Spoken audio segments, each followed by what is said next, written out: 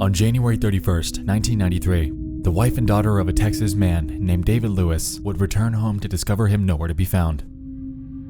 Soon after and across the country, an unidentified man would be spotted walking down the side of a highway before being killed in a hit and run. It would take over 11 years for these stories to converge.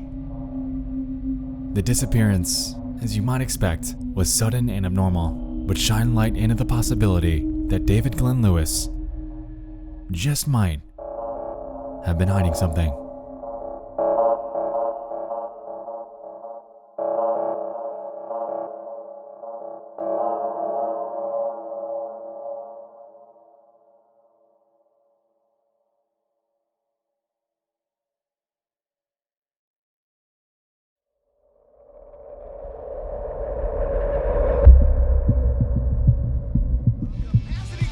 Fans are going wild and the show is about to begin. Welcome everybody to Bud Bowl 5. Whoa, man, this place is rocking! It was 1993. Super Bowl weekend, to be exact.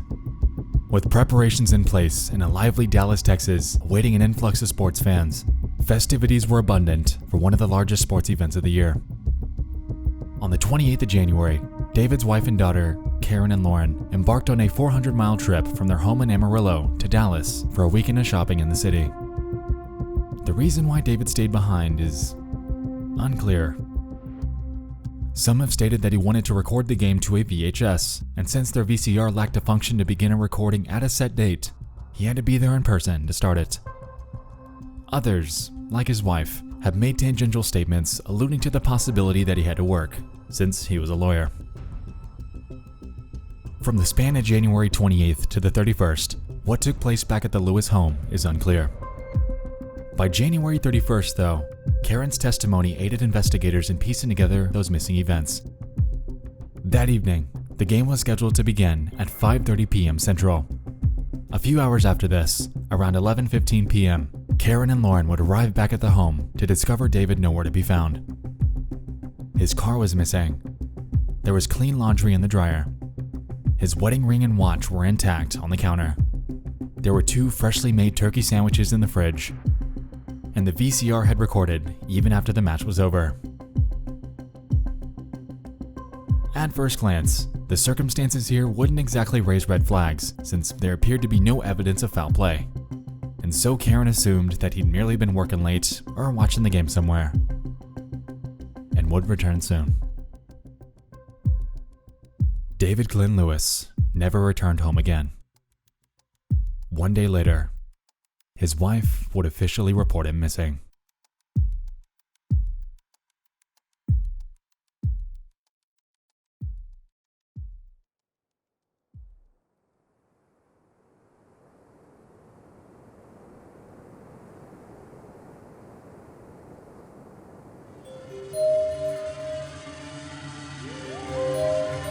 At around 10:30 p.m. on the night of February 1st, a motorist on State Route 24 in Yakima, Washington, encountered what they believed to be a man walking on the side of the road. Since it was so late, his actions were cause for concern, since it wasn't exactly common to find people hitchhiking in the dead of night. While it was hard to tell, they believed that the man was dressed in military-style clothing and work boots. Following this odd encounter, they found a safe spot to make a U-turn so they could loop back around and check up on him. When they finally managed to get back, they discovered his body, but it was lifeless on the side of the road. A Chevy Camaro was also allegedly spotted fleeing the scene when they approached him. However, attempts at catching the plate information were unsuccessful. After this discovery, they rushed to file a report, and police arrived on the scene shortly after. Investigations into the body found that there were no drugs or alcohol in his system, and there was unfortunately no form of identification, leaving him stuck as an unidentified John Doe.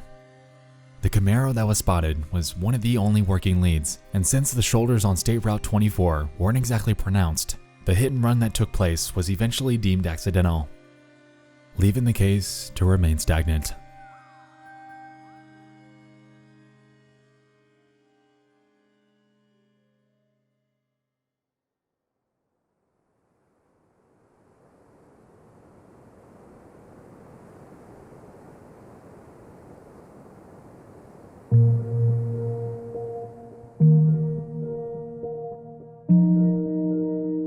Conversely, back in Amarillo, the investigation into David Lewis was just ramping up.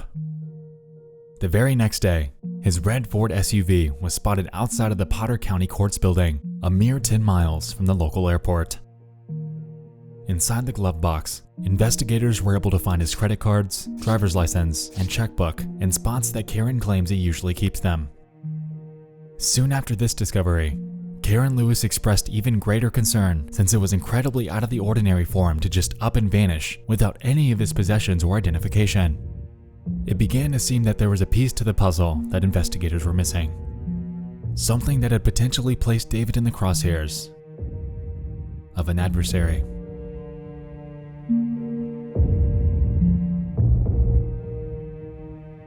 In one of her testimonies, Karen claimed that a few weeks prior to his disappearance, her husband told her that he believed that he was in danger, but wouldn't provide any information as to what the immediate threat was. This eventually led David's family to express the belief that it could have been linked to his work as an attorney. He had allegedly been wrapped up in a high-stakes lawsuit against his former law firm, Ham, Irwin, Graham & Cox, with the wealthy client suing them for conflict of interest. A week after he went missing, David was scheduled to fly to Dallas for a deposition, determined to reveal the firm's misdeeds no matter the cost. It was noted by his father that shortly before he vanished, he claimed that he was, quote, going to tell the truth, whoever it hurts. These leads, unfortunately, also materialized nothing.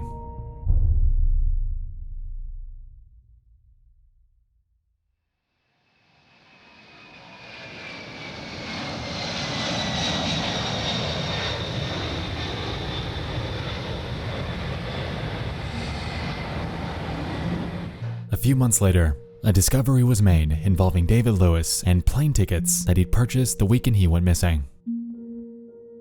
Two of them. One from Dallas to Amarillo, Texas, purchased on January 31st, and a second from Los Angeles to Dallas, purchased on the 1st of February. This effectively places Lewis at the DFW airport on the 31st and at LAX the very next day.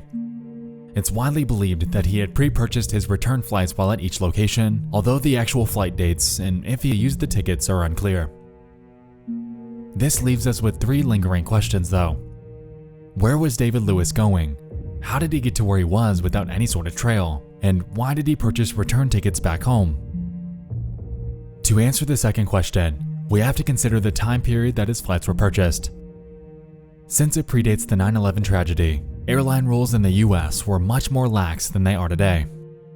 Back then, one could purchase a ticket using a completely different name since a valid ID wasn't required to board the flight.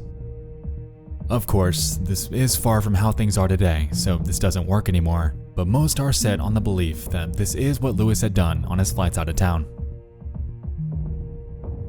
Regarding the why, well, that's still unclear. Some have postulated that he was trying to get away from that aforementioned threat, covering up his tracks along the way. It's believed that, for him, it wasn't as imperative to fly under the radar, so to speak, while returning home. But that is, if he ever planned to.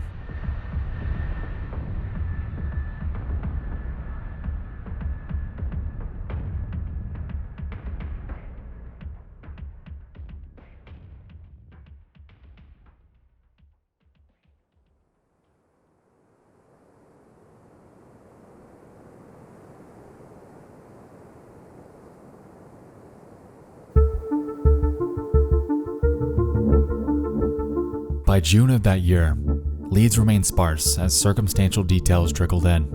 It seemed like piecing together what and where David Lewis did and went was paramount to harvesting any sort of answer on his current whereabouts and motivations. A Del Rio, Texas news publisher by the name of the Del Rio News Herald published an allocated timeline up to that point in the investigation, and while it doesn't exactly provide any definitives, it does exemplify the fact that Lewis's weekend was far from ordinary. According to the write-up, starting on Thursday, January 28th, Lewis had left his workplace at noon, claiming he was sick. The next day, a friend spotted him rushing through the Southwest Airlines terminal at the local airport with no luggage. On Saturday, $5,000 was deposited into Lewis's bank account, with the neighbor spotting his red SUV at home. By Sunday morning, he was spotted at the court building, taking a photo of his car in the parking lot. And by Monday morning, a Dallas cab driver drove a man matching the description of Lewis from a hotel to the Dallas airport. The driver claims that, quote, "The passenger seemed nervous and fumbled through a wad of $100 bills to pay the fare." Now, if we assume that all of these claims are accurate, then they hint at the possibility of Lewis paying for his plane tickets with cash to further avoid being tracked. Considering the fact that he left all of his personal possessions, including his credit card and ID at home, this, of course, makes sense. What stands out here, however, is the $5,000 that was placed into his account. Unless he was allocating a substantial chunk of that for some other obligation, I don't think a few taxi rides and plane trips would come anywhere close to reaching that monetary milestone. The only explanation that could account for a sum of this magnitude would be some sort of direct deposit from his employer being wired into his account. Considering the fact that he was a longtime lawyer, it wouldn't be far-fetched to assume that this would be the reason. But if that were the case, why would it, at all, be notable?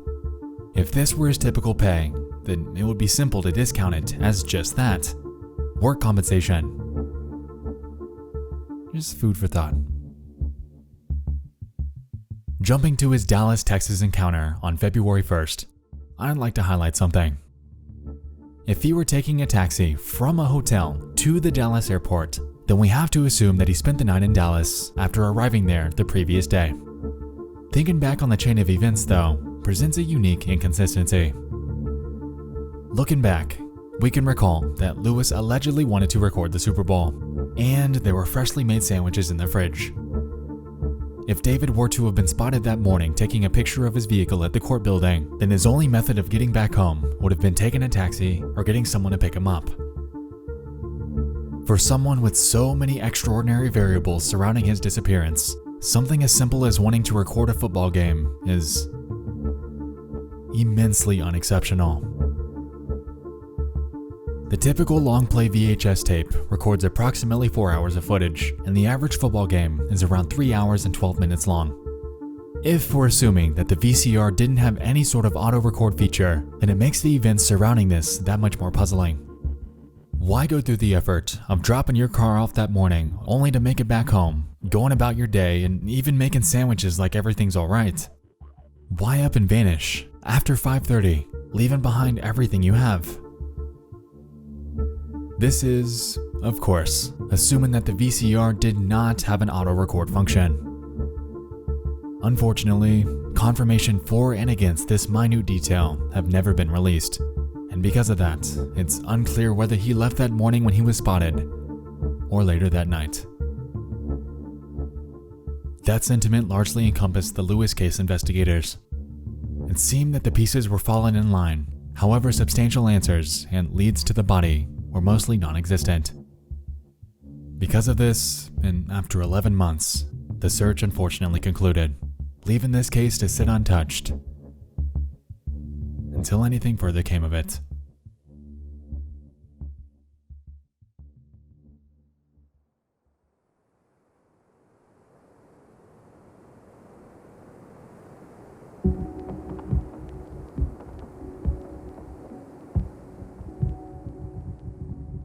It would take over 10 years before the events that took place in Yakima and Amarillo would converge. In 2004, a Washington state detective named Peter Ditter was reading a series by the name of Without a Trace. After becoming fascinated with the topic of missing persons, he embarked on a personal journey to identify any that he could. After looking into a few and their characteristics, he eventually stumbled upon coverage of the situation that played out that night in Washington. He cross-checked the photo from the crime scene with various contenders and realized that the person looked incredibly similar to David Glenn Lewis of Amarillo. The only catch was that Lewis was known to have worn glasses, while the unidentified body wasn't wearing any when he was found. Upon further investigation into the characteristics and items that were found on John Doe's body, however, a pair of glasses were among them, effectively sealing the deal that this man was, in fact, David Glenn Lewis.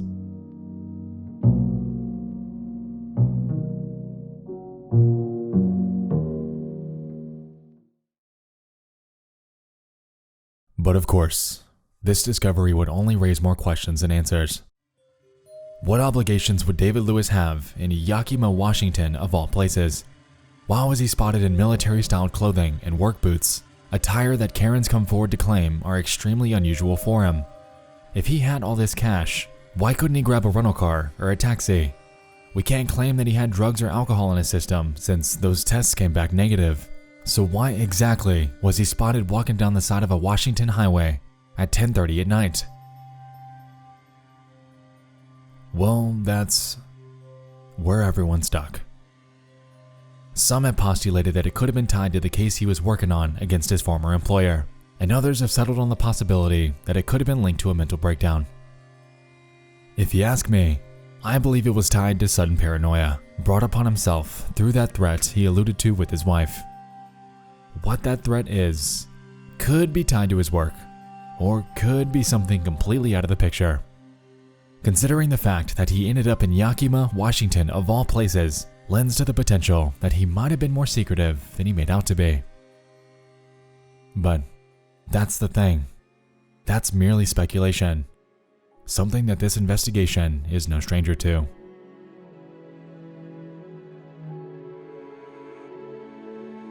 And that's where we sit. The inconsistencies and questions surrounding his disappearance are some that have gone unanswered for decades, leaving investigators scratching their heads.